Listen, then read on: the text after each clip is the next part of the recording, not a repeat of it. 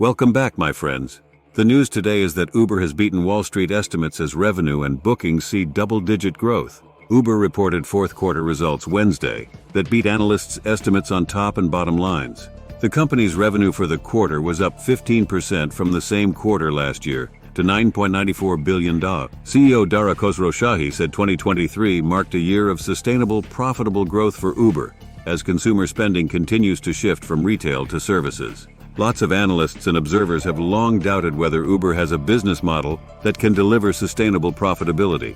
Well, it looks like today's earnings report clearly show that Uber is here to stay. But before we get into all of that, I would like to thank everyone who views my videos. If you would like to support the channel, please see the link to buy me a coffee in the video description below. And please hit the like button and leave me a comment below. I would love to hear from you. Please subscribe and hit the bell icon so that you are notified of upcoming videos when they are released. Uber reported fourth quarter results Wednesday that beat analysts' estimates on the top and bottom lines. Uber, the ride-sharing and food delivery giant, has been a topic of debate when it comes to its financial sustainability. Let's explore different perspectives. Uber has faced substantial financial losses. In 2020, it reported a staggering loss of over $2 billion, making it the largest loss for any startup in history. These losses raised concerns about the company's long-term viability. Uber has recently faced quite a number of challenges and expenses. Price wars. The intense price competition between Uber, Lyft, and traditional taxis has led to fares that often fall below the actual cost. While passengers benefit, drivers struggle to make a decent income. Overhead and research. Uber invests heavily in research on driverless cars, regulatory battles, legal costs, and marketing expenses. Driver compensation, driver bonuses and compensation are additional costs. Burn rate. Uber's burn rate of spending, is a critical factor. The company needs to balance growth with financial stability.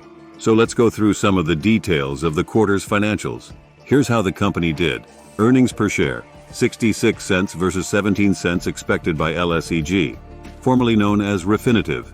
Revenue, $9.94 billion versus $9.76 billion expected by LSEG. Uber reported net income of $1.4 billion, or 66 cents per share, compared with $595 million or 29 cents per share in the same quarter last year. Uber's net income includes a $1 billion net tailwind thanks to unrealized gains from revaluations of its equity investments, according to a release. The company's revenue for the quarter was up 15% from the same quarter last year. Uber's gross bookings came in at $37.6 billion, up 22% year-over-year.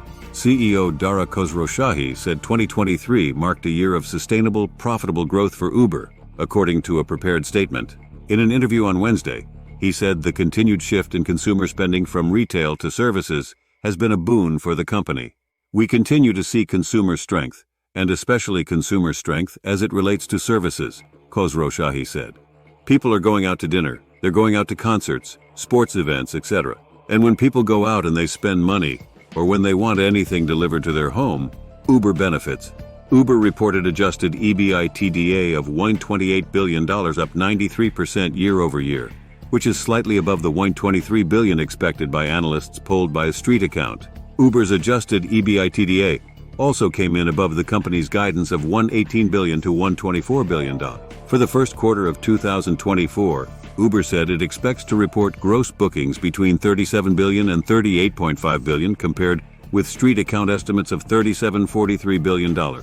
Uber anticipates adjusted EBITDA of $126 billion to $134 billion, compared with the $126 billion expected by analysts. The number of Uber's monthly active platform consumers reached 150 million in its fourth quarter, up 15% year-over-year from 131 million.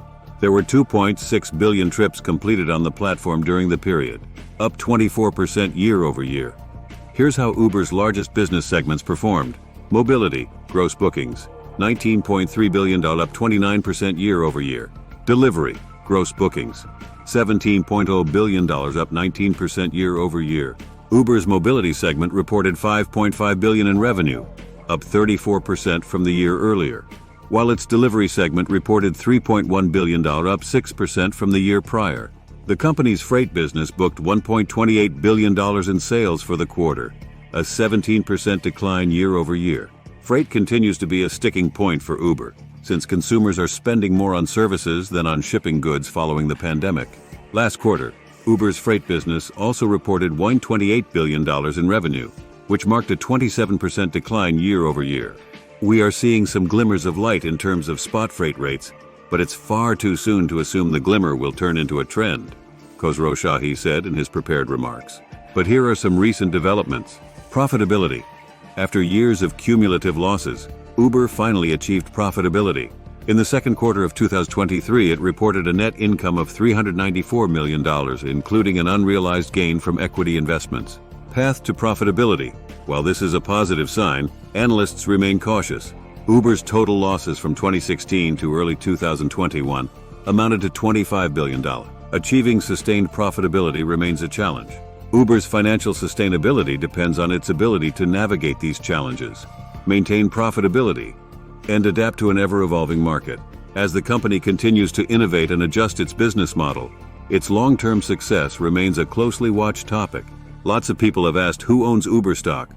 Well, as of the latest available information, the largest shareholders of Uber Technologies include institutional investors and mutual funds. Here are some of the major holders. 1. Morgan Stanley.